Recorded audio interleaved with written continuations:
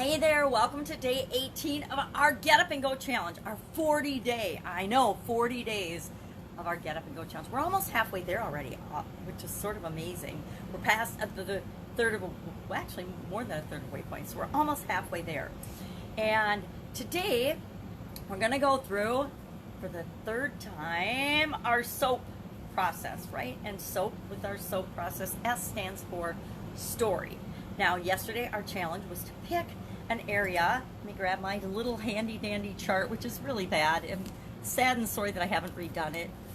But it's our little chart of physical, mental, emotional, spiritual, financial, relationships, and contribution. The 7 areas that I've always used, and since I learned it probably like 35 years ago from Tony Robbins, and I'm sure he got it from Jim Rohn or someone else, or everything can be tracked back to, you know, some of the granddaddies of personal development. But each of these areas, so I went through physical the first time, right? And that's one I'm going to continue to work on for the rest of my life. We all are, right? Actually, guess what? Secret? You're never going to get done with any of these areas, much less all of these areas. We are all a work in progress for our entire life. That's our purpose, is to be here and to continually become the best version of ourselves that we can possibly be. And that means we address, or we think about, or we give some attention to each of these areas. So physically, did physical first, still doing that, still no sugar, which I gotta tell you, some days are harder than others, because it's amazing when we're bored or tired or whatever, the first thing we want to do, at least in my life, has been to reach for a snack or something sweet or a treat, something with sugar to give us that little energy boost. And it's really interesting. Today is, I can't remember, well, be day 18 for me today of no sugar. So yesterday, day 17, which should be a no-brainer after day 10 usually for me on things like that. But every once in a while, things pop up. Yesterday, I really wanted sugar, but I didn't have any. Probably because I went out for lunch with my sister and my granddaughter, and you know, she comes back with this giant piece of chocolate cake. Temptation! But guess what? Every time you say no to something that used to tempt you in the past, your willpower gets a little stronger. Your commitment to yourself gets a little stronger. And every time, you know, our commitment to ourselves is like a muscle. It's like being on time.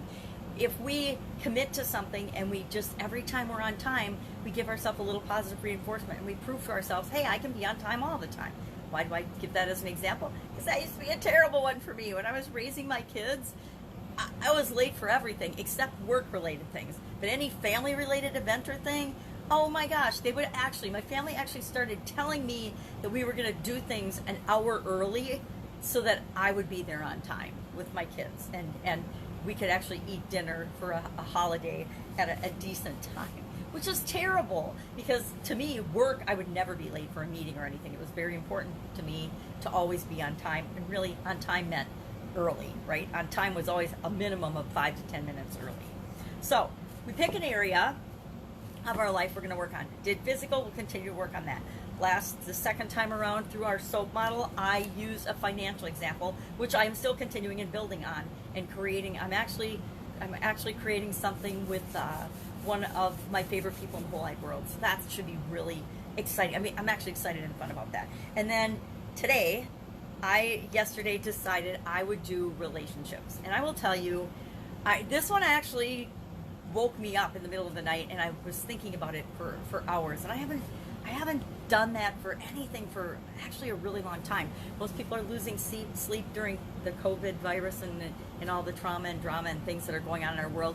And I have actually been sleeping pretty well until I started thinking about this whole topic of relationships. Now, if you recall, relationships is one of my lowest scored areas, and it's a personal assessment, right? I say, and that's me judging myself and where I am in that area of my life. Now, I got divorced recently, not recently, heck, I got divorced 5 years ago, so that's not recently. I shouldn't be telling myself that's recent. I got divorced 5 years ago, but just finalized things in the last couple of weeks. And I know it sounds like it took a long time. Guess what? It did take a long time. It was dragged out and stretched out, partly because I dragged it out and stretched it out, and partly because we had such a intertwined life, not only our lives, but our work relationships and our businesses. We have lots of stuff together that needed to be separated and dealt with. And, you know, some of it will still be being dealt with probably for the next 5 years, but the biggest portion of it is now done and taken care of, and that's a huge relief. So I could pick that as my area of relationship that I wanted to work on, and that's the one that's the hardest for me, my personal committed relationship. That's the hardest one for me, like dating, things like that. But then I got to thinking about all of my friendships, all of the friendships, and how friendships have come and gone. And now my brain is automatically going to the lifeline exercise where I draw out in my brain, okay, friendships, personal relationship, the dating and marriage and that type of relationship. So I call those intimate relationships, or just, one-on-one committed relationships, that kind of thing. And then through my friendships and through different things. And it's interesting through different areas and aspects of our life where things combine and sometimes go in the same direction, but sometimes go in the opposite direction, right? Like when I got married, you'd think friendships would have gone in the upper direction, but actually the friends that we had that were couples went that way, but all of my female friendships were actually forcibly let go of. They had to be let go of, not because I wanted to let go of them, but because I let someone else influence me in a way that caused me to end those relationships. Or they just fizzled away because they didn't get any time or attention, especially once I had my kids. Life gets so busy that we don't pay attention to some of the things that are really important to us. So then I thought, well, maybe I'll go through this and I'll tell my story about friendships and relationships, friendships that I've had throughout my life. And maybe that's the area I want to work on. And then, of course, as always happens, my real feelings about the topic kicked in, and I realized that the number one relationship I personally need to work on right now is my relationship with myself. Because guess what? That's the foundational relationship that impacts every other thing, every other choice, every other decision, every other relationship I will or will not have. And then I actually thought about maybe it's work relationships, and I need to use that as my focus for this. And I will, and all of that is, if I'm being true and I'm going down to the foundation and the core of where I personally need to do the work, it isn't on relationships with people at work, it isn't on friendships, it isn't on an intimate relationship, it's on my relationship with myself. Because guess what? My relationship with myself impacts every other area of this, my life, right? It impacts everything. So I've had a very tumultuous relationship with myself over my 60 years of life, but that is going to be the emphasis of my work on the soap model over the next 4 days, over today and beyond. And so I have to ask myself the questions: where am I right now with my relationship with myself, and where do I want to be? Do I have a relationship with myself that I am satisfied with? Am I satisfied? Because guess what? That relationship number, as far as the relationship with myself, a 5 isn't good enough for a relationship with yourself, right? The level of satisfaction or the level of success in any one area is determined by the foundation of that area. So if I only have a level 5 relationship with myself, because let's be honest, I've been working on myself for 60 plus years, and that means sometimes I've worked on myself and being a better person a lot, other times I've just gone through the motions of life and not worked on myself at all, or my personal development. And now I'm at a point in my life when I actually can focus on being who I want to be and focusing on becoming the best version of myself and the person that I am here to be, and find the people that I'm here to serve and help the people I'm here to help. But I can't do that if I only have a relationship that's a 5 or less with myself.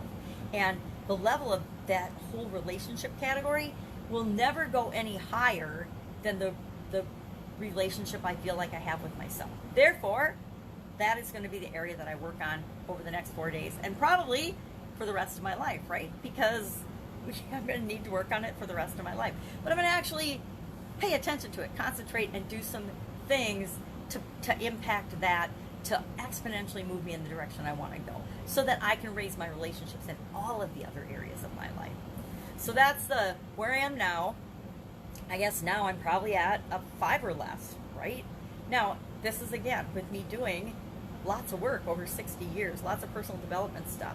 So think if I hadn't done any of that stuff, heck, I'd probably be a 2 or a 3. So that'll be the area that I'm working on. So I picked my area, picked the area of emphasis. Now, that's what we're going to do today. We're going to say, what is my story right now that I'm telling myself about myself? And then what do I want it to be? Well, I want it to be a heck of a lot better. I want to be a lot more confident, more empowered, more self-directed, more doing things that are in alignment with my core values, not other people's. And I've come a long way in that area, but I'm nowhere near where I want to be to show up in this world the way that I know I should and I can, and I want to be showing up in this world. So then, what I actually really like about choosing this, although it took me losing sleep to make a decision to choose this one to share, is that it hits on the mental, the emotional, the spiritual area as well, and physical, because guess what? Everything shows up in our bodies, right? So it really hits on a lot more levels than just the relationship level. That's why I like it, because as I evaluate my relationship with myself, I will learn and understand, well, what triggered that, what mental thinking, what emotions have got me believing certain things about myself in certain ways. So I was dreading talking about it, but I'm actually starting to get excited about working on it as I talk about it, because now I can give myself permission to evaluate certain aspects of my identity and myself and my ego and see where they're holding me back and where I need to just let go of certain things and forgive certain things. And mostly I'm learning about forgiveness that forgiveness isn't about forgetting a situation or letting a situation go or even saying that something that happened was okay, because a lot of what happens to us in our lives, it is freaking not okay in any way, shape, or form of our imagination. Yet, we need to forgive the parties involved in that, but mostly we need to forgive ourselves. I don't know if you're like that, but I know that, take my divorce, for example. When I think about my relationship with my ex-husband, I don't blame him. And to be honest, he did something unforgivable, and that's, part of our divorce. He did a lot of unforgivable things, but some things that were just against my core values, and I finally had to say, that's it, that's enough. But I'm not mad at him. I'm mad at myself for, this is a huge realization, I am mad at myself because I have not 100% forgiven myself for picking the wrong person for me in the first place. Well, you know what? That's so ludicrous on a conscious level, because I know that at the time I made the what I thought was the right decision for myself and my family at the time, right? Because we always do the best we can with what we know right now in this instant. And that's the only time we can make a decision, is right now in the present moment. So to beat myself up for making a choice and not forgive myself for making a choice that I made, 25 years ago, it's laughable on a conscious level, but subconsciously it will continue to impact me till I 100% forgive myself for that, right? Because that's a ludicrous expectation to set on ourselves, expecting that we would always make the right decision and the right choices. How ridiculous is that? So that's what I'm working on. I'm working on my relationship with myself, my where I am versus where I want to be. So share in the comments below, what area are you working on? Physical, mental, emotional, spiritual, financial, relationships, or contribution? What one are you working on? And then a sentence or two about the story you've been telling us, or the story of where you want to go with it, right? The situation. Describe the situation. Know the who, what, where, when, why, and how, and not the how so much, but who, what, where, when, and why, because our why is what will drive us. Why do I want to change the relationship I have with myself? Because I know that changing that foundational relationship, because that's where everything begins for each and every one of us. We can't love anyone more than we love ourselves. We can't give any more value to people than we feel valuable, that we have the value to give in ourselves. So that's mine. What is yours? Share it in the comments below. That is our action item today. And of course, tomorrow we will hop into, all right, now what are we going to do about it, right? We know what it is. We know where we are. We know where we want to go. What are we going to do about it to get us there as quickly as possible? All right, have an awesome day. If you have any questions, hit me up in the comments below, and I will, of course, be with you tomorrow.